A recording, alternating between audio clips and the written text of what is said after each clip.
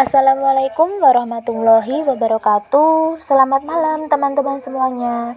Hari ini aku akan berbagi tutorial perbandingan analisis sentimen komentar Shopee menggunakan 6 algoritma, yaitu algoritma multinomial Naive Bayes, random forest, logistic regression, SVM, KNN, dan juga extractrix classifier. Dan alhamdulillahnya penelitianku ini sudah terbit di jurnal Siswokom pada tahun 2024 kemarin. Oke, tanpa berlama-lama, mari kita mulai saja langkah-langkahnya. Nah, langkah pertama kita itu butuh dataset ya teman-teman. Untuk dataset sendiri aku sudah menyiapkannya dari kemarin. Untuk teman-teman semuanya yang bingung mau cari dataset di mana, itu bisa scraping di aplikasi Google Play Store. Nah, bagi kalian yang belum tahu caranya gimana, bisa lihat di video tutorial aku yang sebelumnya. Oke, sekarang lanjut ke pelabelan. Untuk pelabelan sendiri di sini aku masih menggunakan metode manual, yaitu if-elif, di mana jika rating kurang dari 3 maka akan masuk ke label negatif, dan jika lebih dari 3 akan masuk ke label positif. Dan untuk rating 3 sendiri di sini aku buang dan tidak aku gunakan karena menurut aku rating 3 itu ambigu, dia bisa masuk ke label positif ataupun juga negatif. Tapi terserah teman-teman juga sih, bisa kok dimasukkan ke netral kayak gitu ya. Selanjutnya di sini aku akan mencari jumlah baris data yang bernilai 0. Di sini dapat dilihat terdapat kolom label yang memiliki nilai kosong. Dan untuk mengatasi masalah ini aku menggunakan handling missing value ignore tuple. Di sini yang aku drop itu yang kolom label, sehingga hasilnya seperti ini ya teman-teman. Oke, lanjut ke pre-processing. Pertama, di sini aku melakukan data cleaning yang fungsinya untuk menghapus semua karakter selain huruf A sampai Z, seperti emoji, angka, tanda baca, dan karakter khusus lainnya. Selanjutnya yaitu case folding. Case folding di sini digunakan untuk menyeragamkan huruf kapital menjadi lowercase semua, dengan tujuan agar mempermudah dalam mencari huruf pada dataset. Oke, selanjutnya ada stop word removal. Tahapan ini digunakan untuk menghapus kata-kata yang tidak berguna dan dianggap tidak bermakna, kata tidak baku, dan tidak berpengaruh pada analisis. Contohnya adalah kata sambung seperti dan, atau, di, kemudian ada ini, itu, mereka, terus ada kata ganti orang seperti saya, kamu, dan lain-lain.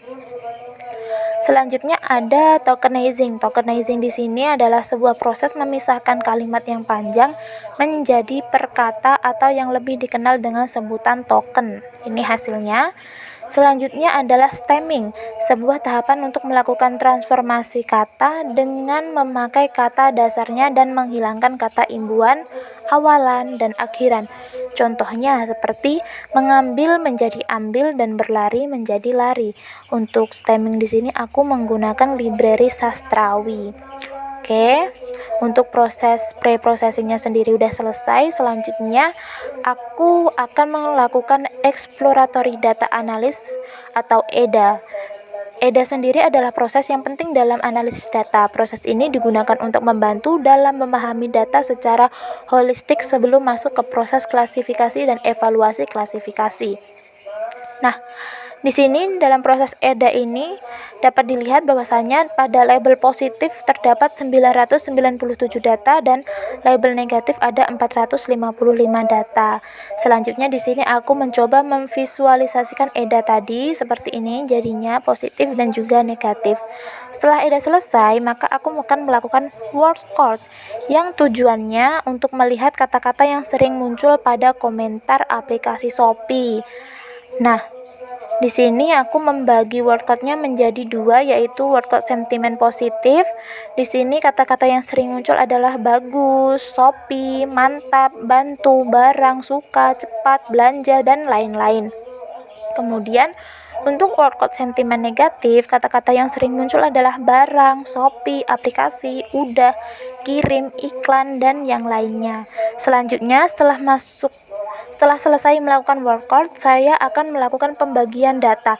Nah, pembagian data di sini dilakukan dengan perbandingan 80 banding 20, di mana 80% itu untuk data training dan 20% itu untuk data testing menggunakan fungsi train test split dengan parameter random state-nya 42.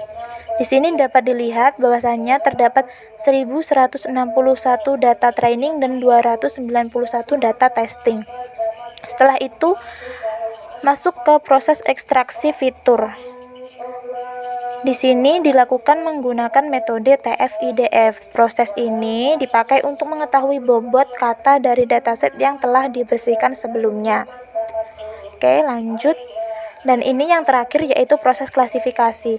Di sini dapat dilihat bahwasanya di algoritma multinomial Naive Bayes didapatkan akurasi sebesar 81,44%. Selanjutnya random forest itu 83,50%. Kemudian ada logistic regression itu 81,44%. Selanjutnya SVM linear itu 81,78%. KNN sebesar 68,38% dan ekstratrace itu sebesar 83,84%. Kesimpulannya adalah di sini ekstratrace classifier mendapatkan akurasi tertinggi sebesar 83,84%, sedangkan algoritma KNN mendapatkan akurasi terkecil yaitu 68,38%. Oke, cukup sekian tutorial saya pada malam hari ini. Semoga bermanfaat untuk teman-teman semuanya.